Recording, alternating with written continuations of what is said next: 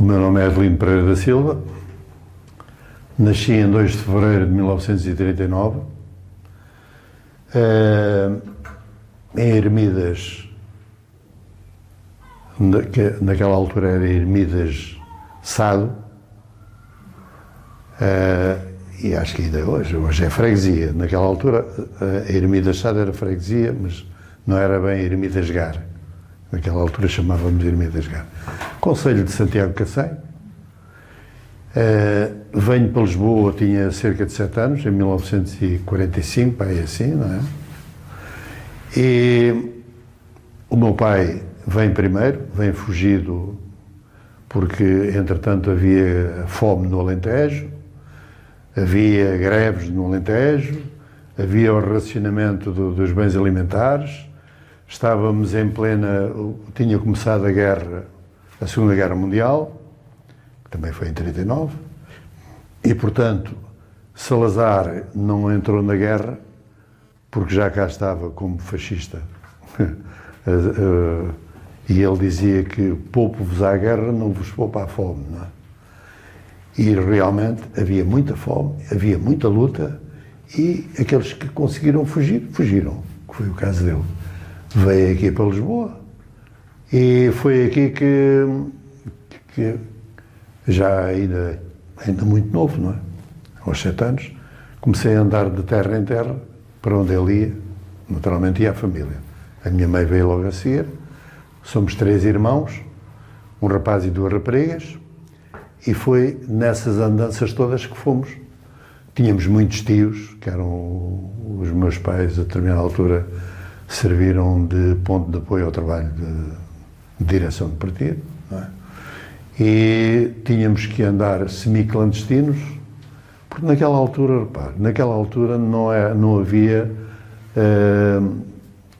ele ia trabalhar para as obras, mas não era preciso preencher papéis nenhuns, não é? Nem havia telemóveis, nem havia esta coisada toda do registro para descontar seja para que for, não é? E portanto aquilo era difícil. Eles podiam viver com o próprio nome porque não havia o controle que há hoje, não é? E nós andamos de terra em terra. Viemos várias vezes. Houve num ano, mudei 3 vezes de escola. Só num ano. Da Parede, depois fomos para Vila Franca, de Vila Franca fomos para a Bolsa, andámos para aí, não é? Foi na altura em que ele depois foi trabalhar ali para a ponte sobre o Tejo, a ponte de Vila Franca. Não é? E era aí que ele estava a trabalhar. E depois o percurso começou aí. Não é? Aos 14 anos já morava em Belas e resolvi, até porque o Pires Jorge, o Dias Lourenço, o Vilarigues, o Pato, etc., eram os meus tios com quem eu mais ligava, não é? Eles é que me arranjavam os livros, os livros de Alves Redol, aqueles livros que dava gosto de ler, não é? E foi aí que eu também comecei a perceber melhor onde é que eles estavam metidos. E aos 14 anos resolvi, disse aos meus pais, eu vou trabalhar, e vou estudar. Vocês têm a vossa vida, isto é preciso, somos 5 pessoas cá em casa, portanto, eu já tenho idade para ir trabalhar, vou trabalhar. E fui trabalhar para a Sorefam, na Venda Nova, não é? E logo a seguir, como tinha condições para estudar, fui me inscrever na Escola Marquês de Pombal, em Alcântara, para o curso industrial.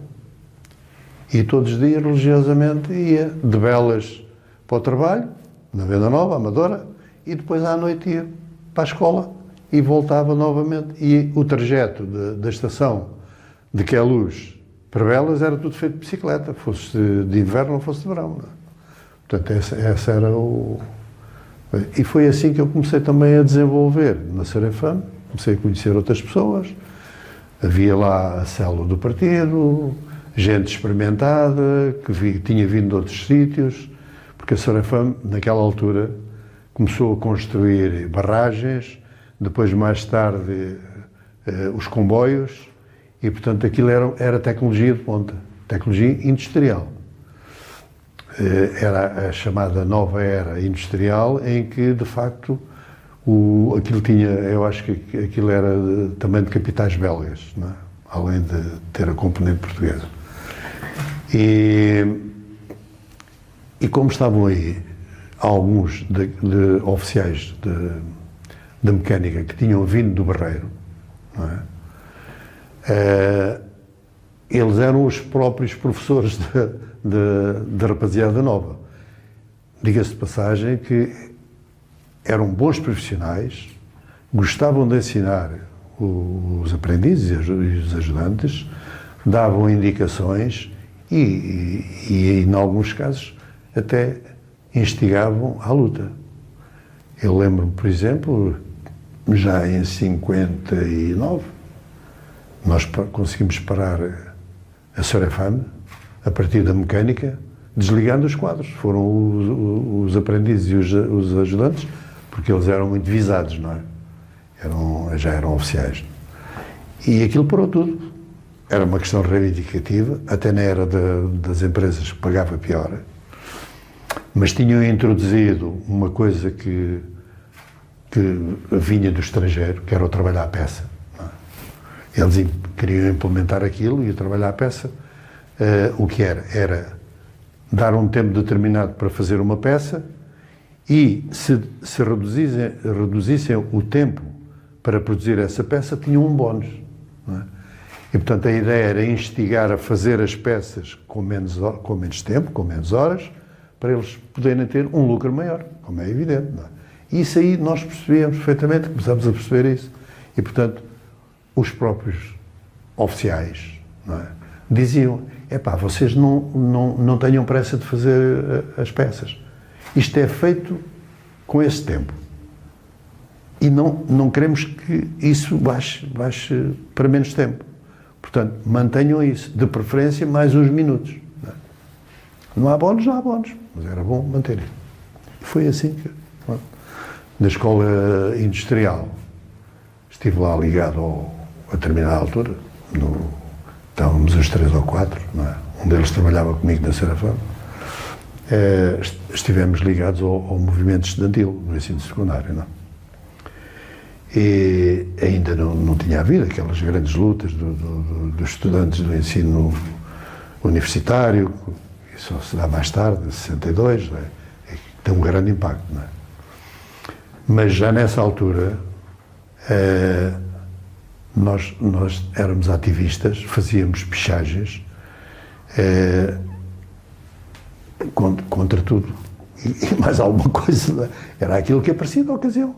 Nós exigíamos melhores salários, e, portanto, naquela região da Venda Nova, nós à noite também andávamos lá a fazer aquela coisa toda, até porque havia sempre alguém que ficava de vigia, se vinha a guarda ou coisa assim, portanto, aquilo era tudo.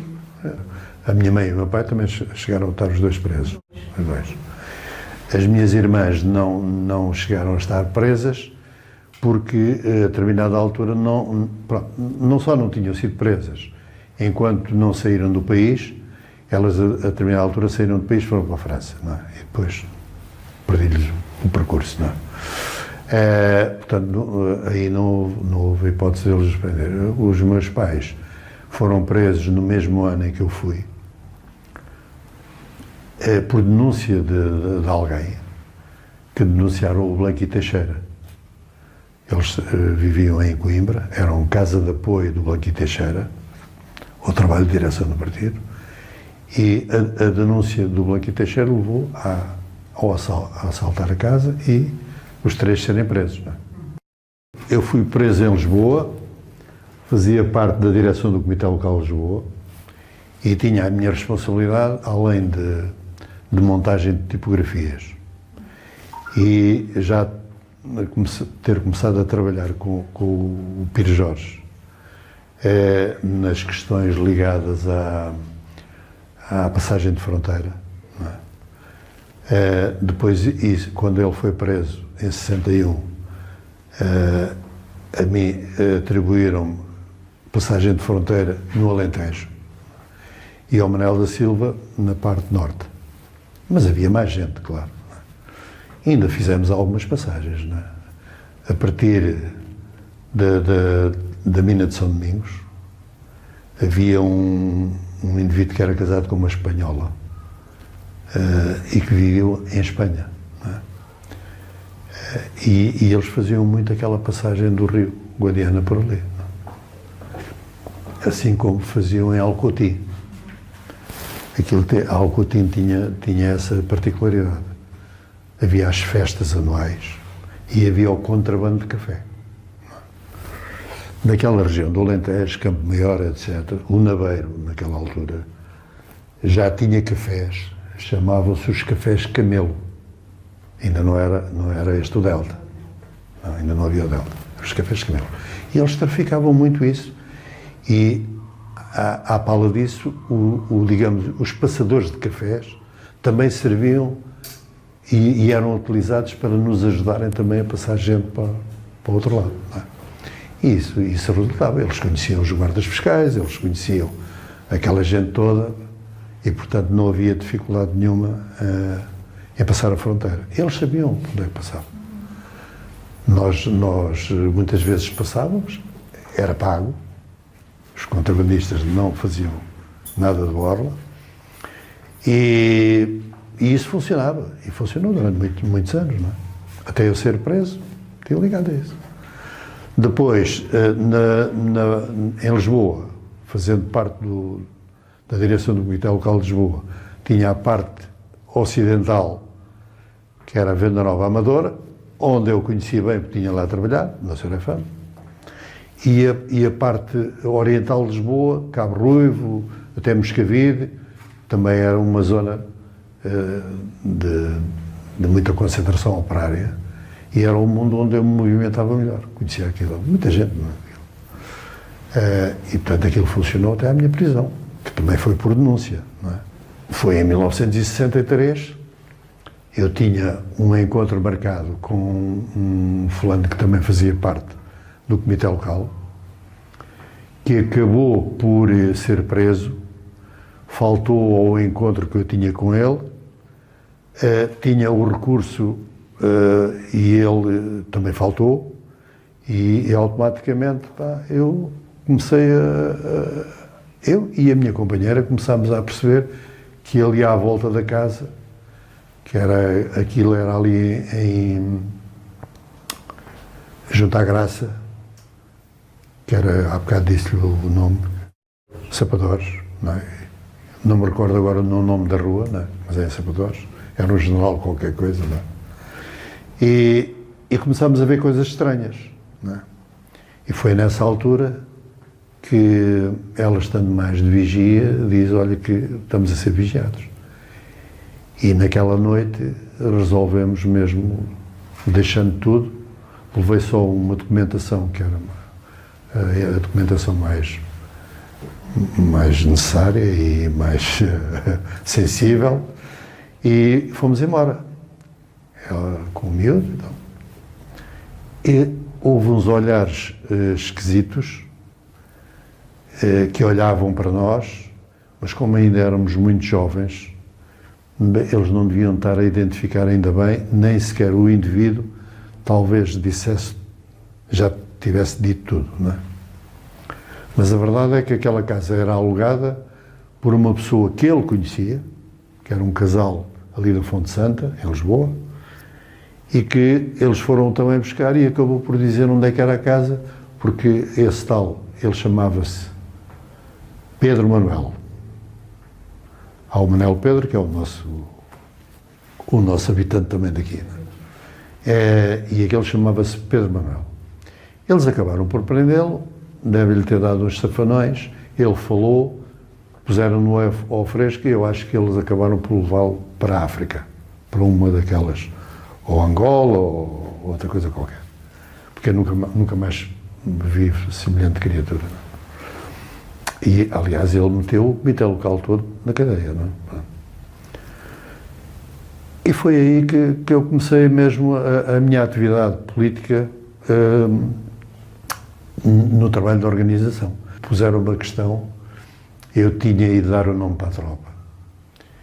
E o Pires Jorge disse-me assim, epá, tu aqui, vê lá, tu é que vais decidir, mas entre ir para a tropa e depois estás a patinar ali durante tanto tempo, e ainda bem, porque logo a seguir houve a Guerra Colonial, em 61. Pá, se quiseres, mas tu é que decides, se quiseres, pá, nós precisamos de ti para uma tarefa, e a tarefa era as tipografias, primeiro, né? E para andar também em algumas coisas de transporte com eles. Então mandaram-me tirar a carta, isto foi em março, sim, março, e em 15 dias ele indicou-me onde é que eu devia ir falar lá com uma pessoa que era taxista. O Pedro Jorge também era taxista, conhecia essa pessoa que era taxista, mas que dava instrução de condução e levava as pessoas a exame. Naquela altura não havia estas escolas de condução como há hoje, não é? Se havia, não me lembro. Sei é que ele pôs-me a conduzir em 15 dias e tirei a carta em 15 dias. E a partir daí comecei a praticar. Essa foi o início. Porque ele dizia, pá, ou vais para funcionário ou vais para a tropa. Ah, bom. E eu disse, então vou funcionar. Foi assim, a entrada. Estamos a falar de 59 e eu sou preso em 63 por a tal denúncia do indivíduo que também fazia parte do comitê local. E nessa noite eu sou preso em casa, em circunstâncias inacreditáveis. E eu já vou dizer porquê. Porque eu tinha saído com a minha companheira e o miúdo e tinha-os deixado noutra casa, que já tinha uma parte de casa, em Benfica. E a minha companheira só me dizia, eu disse, epá, tenho que ir a casa, se não for esta noite já não vou. E ela escondeu a chave, fechou a porta à chave, escondeu a chave e andei ali a rabiar que tempos para ver se conseguia sacar a chave para ir à casa buscar. Não eram documentos, eu já tinha trazido os documentos mais importantes. E a regra era, epá, se há indícios de que a casa está vigiada, não se deve ir. Imprudência das imprudências, eu fui. E ela tinha razão. Mas eu tirei-lhe a chave à força, ela tinha a chave na mão, eu lá, depois lá, e fui-me embora. E ela disse, tu vais ser preso. A casa está vigiada. E fui. Portanto, eu entrei em casa, abro a porta cá embaixo, pus-me à escuta, para ver se havia gente, vozes na escada. Nada. Isto eram aí umas 8 da noite, silêncio absoluto. Fui subindo e tentando ouvir. Cá fora não vi nada que me pudesse alertar. Nem sequer carros à vista com gente dentro. Mas eles estavam lá. A verdade é que estavam lá. Subi até ao terceiro andar, aquilo era um terceiro andar, e não sei porque, aquelas coisas que dava assim, sentia-se uma coisa, uma sensação esquisita de que já estava cansado. É claro, quando meto a chave à porta, primeiro toquei a campainha, ninguém abriu a porta. Quando eu meto a chave à porta, caem uns 3 ou 4 em cima, era a brigada do Tinoco que já lá estava em casa. Estava o Zé Gonçalves na rua e estava o Tinoco em casa. Portanto, amordaçaram-me com uma daqueles panos da loiça, não é? Amordaçaram-me, mas quando eles me amordaçaram, eu distendi o queixo para aquilo ficar tenso, porque isso valeu-me na saída, já estava algemado, na saída, foi só fazer assim, e aquilo caiu. Foi aí que eu comecei a gritar. Veio a vizinhança toda às portas, e eles com pistolas, tudo para dentro e tal. E eles iam mesmo para dentro, mas primeiro que eles me pusessem do terceiro andar até cá abaixo, muito eles penaram. Porque eu era novo, tinha 23 anos, cheio de genica, não é? E várias vezes eles tentaram ir para baixo e aquilo ia tudo, caíamos todos uns por cima dos outros. Não é? E lá embaixo, quando eles me quiseram meter no carro, parecia pacífico, eu meto os pés à ombreira das portas e aquilo cai tudo para trás e começa a gritar. Sou flantal, estava gente na rua, aquilo eram 8 horas da noite, não é? Está bem que era já escuro, era de noite, era janeiro. Mas, de qualquer dos modos, houve alguém que na passagem ouviu. Ou que morassem lá, ou que estivessem na rua, a verdade é que ouviram. Eu gritava quem era, sou do Partido Comunista Português, sou fulano tal, abaixo a PIDE, abaixo o fascismo, gritava quando podia, não é? E, pelos vistos, se não foi ali, foi à entrada do Aljube que fiz a mesma cena. Meti os pés lá à ombreira da entrada e aquilo caiu tudo para trás e eu comecei a gritar. A dizer que era. Portanto, esta foi a primeira noite da prisão.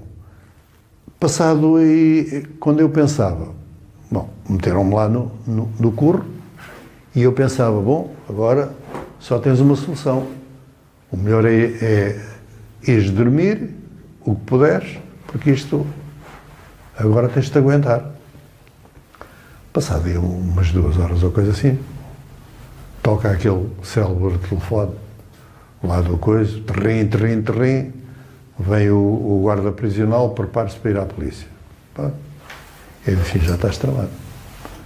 É claro, fui a primeira sessão, 7 dias, 7 noites. E aquilo foi diabólico, não é? Porque eles insistiam quem eu era, o que é que fazia, como se eles não soubessem, era só mesmo para tramar. E pressionavam. Depois vinha o Pido Bom, que dizia, você é um jovem, então você vai apodrecer aqui, custa alguma coisa, basta dizer, sim senhor, sou fulano tal, não sei. Não é preciso dizer mais nada. Diga só, olha, sou do Partido Comunista Português, aquilo que você gritou lá fora. E eu nada, muita garagem. E se você não fala, se você não colabora, vai apodrecer na cadeia. Ou então sai daqui aos bocadinhos. Você é que sabe. Não é? E os tipos começam a montar vários cenários. Não é? Primeiro dão-me assim umas cacetadas valentes, mas depois deixam-me ali a apodrecer e de vez em quando lá vêm a fazer umas perguntas. E com um papel para eu assinar e não sei o quê. Não.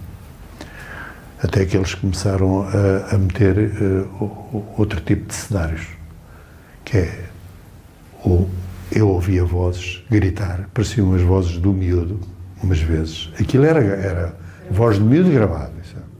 Mas uma pessoa passado 6 ou 7 noites sabe lá o que é aquilo.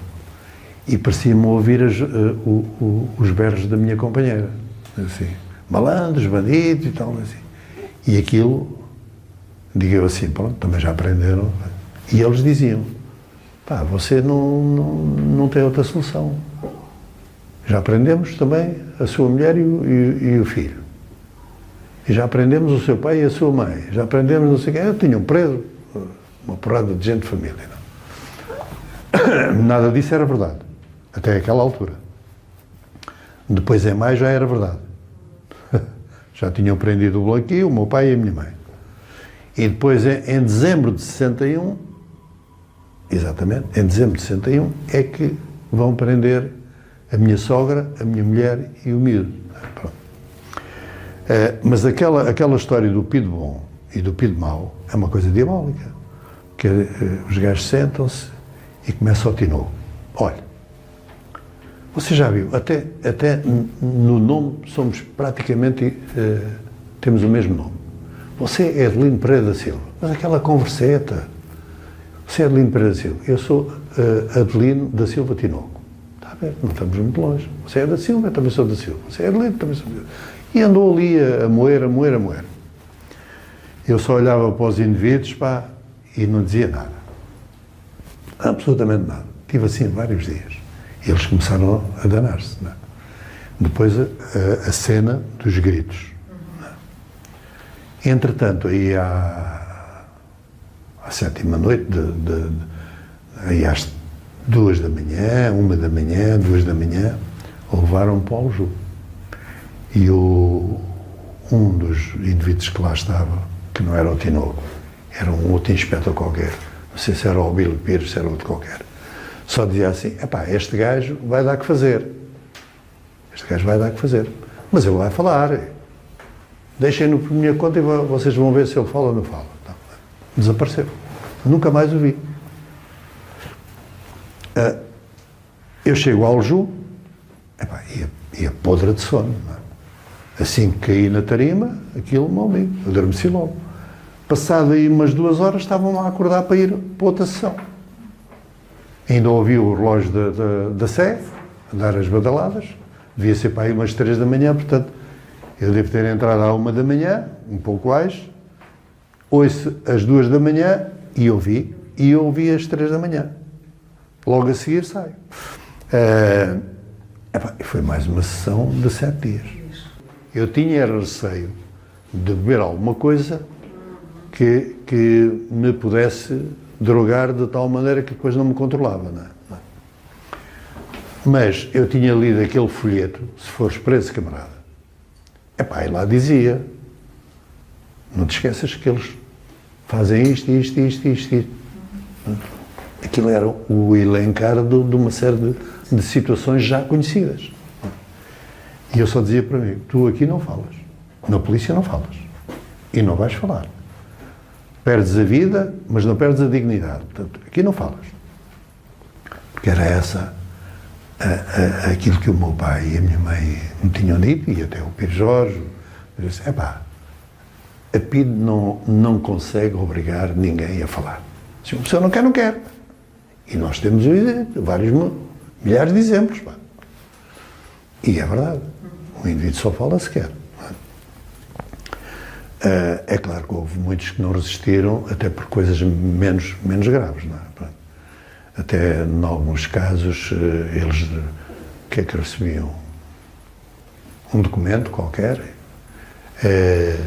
Tinham tido uma reunião com alguém, tinham um encontro com alguém. Não era nada de grande conhecimento da organização, etc. E a determinada altura, entra um indivíduo e diz assim, então, podemos entrar ou quê?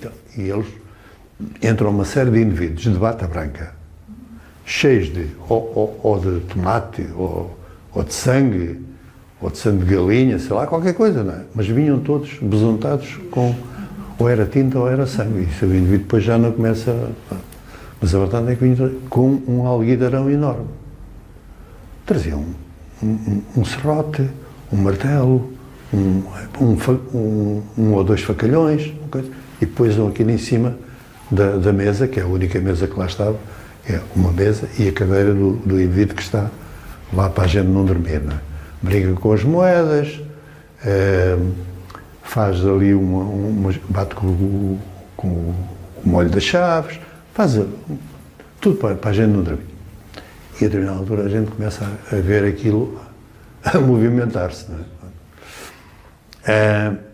E então começa um indivíduo a dizer assim, bom, então vamos lá ver, onde é que a gente começa? Cortamos-lhe a cabeça ou como é que é? E diz um assim, não, a cabeça não, porque ele depois não fala. E a gente quer que ele fale. E portanto começam naquela lenga-lenga, eu só olhava para eles. Não podia fazer outra coisa, olhava para eles. E então, depois disso, de estarem ali um certo tempo, não sei quanto tempo, vem um indivíduo, que devia ser um inspetor qualquer, e dizia, então o que é que vocês estão aqui a fazer? Não é este gajo, é o outro, vá ali para coisas aqui. E saíram todos uns atrás dos outros com o alguidar. Lá foram ver se conseguiam melhores resultados no outro lado. Pronto, aquilo ficou, naquela noite ficou assim, devíamos estar para aí na sexta noite, ou assim já. E de repente, aquele tipo que lá estava, houve a substituição do PIDE, e entra um gajo que começa a dizer assim, ouve lá, ó Merdoso, não é melhor tu falares, olha, já viste, olha, desta vez safaste, os gajos vinham para te escortinchar, então o melhor é tu falares, E começa-me com aquela lenga-lenga e Epá, eu estava cheio de sono, encostei-me assim a coisa, e quando eu já estava ali com os olhos a querer fechar, ele passa por mim e dá-me um grande pontapé. E aquilo doeu-me para caramba. Eu não tive coisa, virei-me ao gajo ao pontapé também. E arrefio-lhe também um pontapé. É claro, o gajo começa aos berros, entra uma porrada de tipos. Pá. Foi quando me mandaram para o hospital. Não é? E aí tive 2 semanas em tratamento. Voltei ao Aljube e fui para a enfermaria. Foi aí que já estava o Manel Serra, estava o Jorge Araújo, o meu pai e o Guilherme da Costa Carvalho. E foi aí que fizemos aquela tal greve da fome para o Manel Serra ter assistência religiosa, que eles não davam assistência religiosa ao homem. Então, eu quando fui preso, ele já lá estava preso. E continuava a exigir, quer assistência religiosa, vocês dizem que são, afinal dizem que são cristãos, andam para aí a bater com a mão no peito, vocês não são cristãos coisa nenhuma, são piores que a Inquisição, que são não sei o quê. Ele lá. E então nós desenvolvemos a tal greve da fome, não é?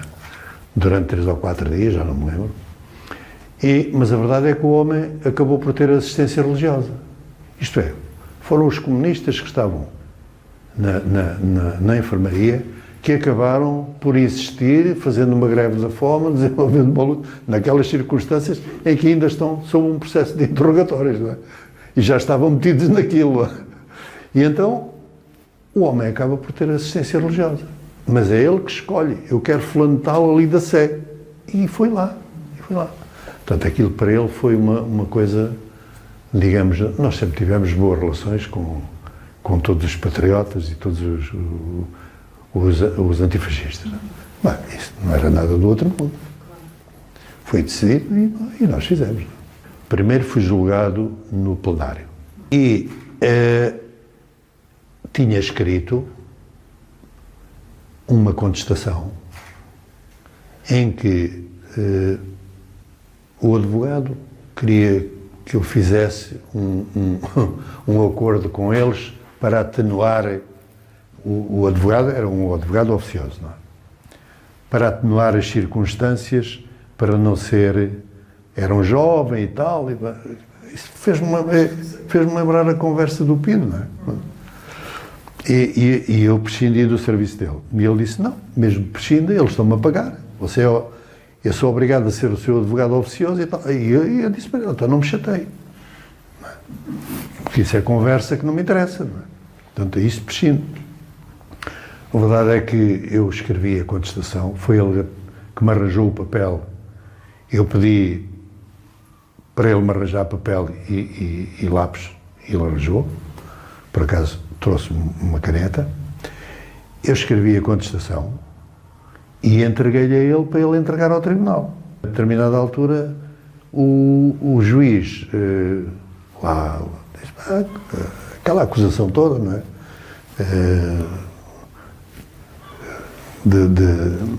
De ter atividade contra o Estado, tentativa de roubar o regime vigente, que não sei quê, daquela treta toda. E quando me perguntam se eu quero dizer alguma coisa, ele estava levantado, ele disse: pode-se levantar, quer dizer alguma coisa? E eu disse: quero. E então começo por dizer: não reconheço a este tribunal, a autoridade, e o tipo manda-me calar. E eu disse: então, manda-me falar e agora manda-me calar, como é que eu me defendo? Bem, aquilo começa ali uma coisa, os tipos já não me deixam falar de mais, vêm a pedir os gajos que estavam presentes, porque só deixaram entrar uma pessoa de família, uma tia minha, porque a sala estava ocupada. Eles ocupavam as salas dos julgamentos com gente deles, precisamente para não terem lugares, não é? Para não assistirem. Mas houve uma tia minha que foi muito antes daquilo abrir e estava logo à porta. Ela assistiu ao julgamento. É claro, eles assim que me mandam calar e eu queria continuar, eu dizia: então, mas eu tenho a contestação, eu quero ler a contestação, não quero coisa nenhuma, não sei o que, tal, já está. Eles vêm, agarram em mim e levam-me para o calabouço, mas levam-me à porrada. Não é? Tanto que depois foram-me ler a sentença já no calabouço. Não. Este é o primeiro julgamento, no plenário. Depois fui julgado e aí fui condenado em 3 anos de prisão maior e aquela coisa, perda de direitos políticos por 15 anos, medidas de segurança, não sei o quê. E o segundo julgamento, já eu estava aqui em Peniche quando ocorreu, nem tive presente sequer. Não é? Já foi em março, eu vim para aqui em março, 24 de março, e logo a seguir lá-se o julgamento, não sei se foi em abril ou qualquer coisa, mas depois podemos ver aí. Não? E vieram ler-me aqui a sentença, aqui a Peniche. Então tinha passado para 4 anos, perda de direitos políticos, a mesma coisa, a mesma lenga-lenga e as medidas de segurança. Depois, o juiz entregou ao advogado uma coisa que eu lhe tinha pedido, que era a acusação. Qual era a acusação? E eles lá me entregaram um papel qualquer acusatório, mas é uma coisa assim um bocado tosca. Mas na Torre do Tombo, eu fui lá no processo, eu fui caçar o processo de interrogatório. E aquilo é digno de... É assim, perguntado se não sei o que era assim, recusou-se a responder. Perguntaram não sei o que, recusou-se a responder.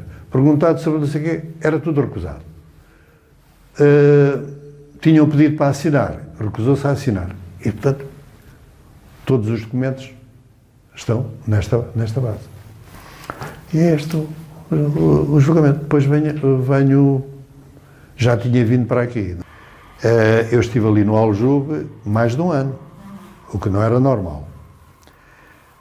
Excluindo a ida para Caxias, lá para tratamento, e o tempo que tive na enfermaria, estive sempre encarcerado ali naqueles buracos. É verdade. O que não era normal. Aliás, o diretor do Aljube chegou a dizer isso. Isto não é normal. 4, 5, 6 meses o máximo. É durante, digamos, a formação do processo, os interrogatórios, aquela coisa toda. De resto, são transferidos para outras cadeias. E era o que acontecia. Ali não sei qual era o interesse. E o regime prisional, naquelas circunstâncias, porque ali, enquanto aqui é para cumprir pena, ali é num processo de interrogatório e de formalismos para judiciais e não sei o que tal. Só para salvar a face de que tudo se faz de acordo com a lei, não é? Que aliás era isso.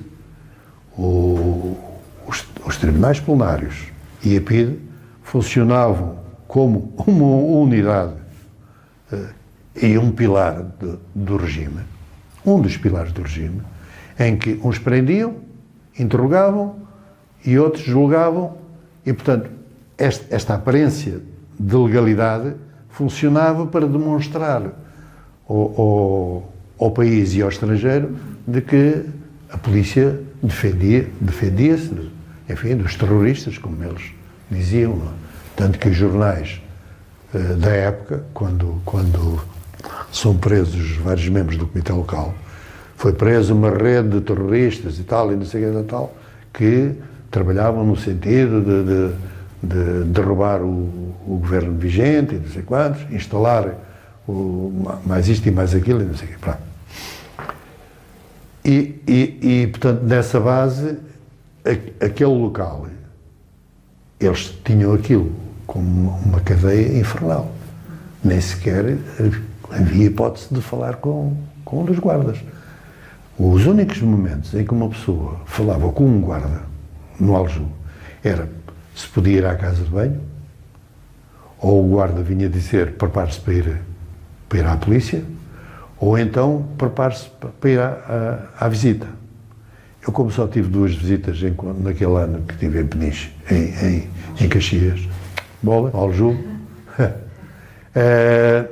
quer dizer, para mim, porque eu recebia assistência, solidariedade, não é?